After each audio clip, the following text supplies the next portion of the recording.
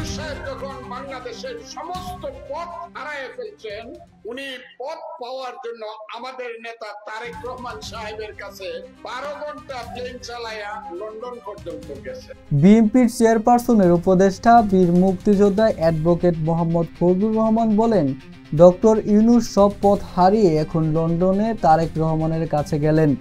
15 দিন আগেও 6 দিন পর্যন্ত বিএনপির সময় চাওয়ার পরেও ডক্টর ইউনূস সাহেব 1 ঘন্টা সময় দেন নাই।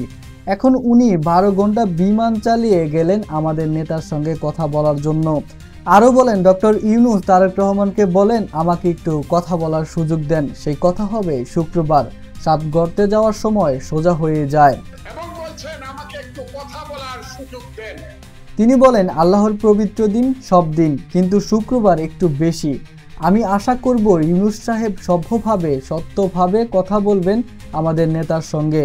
আমি জানি আমাদের নেতার সেই অভিজ্ঞতা, আমাদের নেতার তারেক রহমানের সেই যোগ্যতা, দেশ চালানোর ব্যাপারে তার সব ক্ষমতাই আছে। ডক্টর ইউনূসের উদ্দেশ্যে তিনি বলেন, আপনি ইউনূস সাহেব আমার মুরব্বী, আমার চেয়ে 9 বছরের বড় আপনি নোবেল পুরস্কার প্রাপ্ত।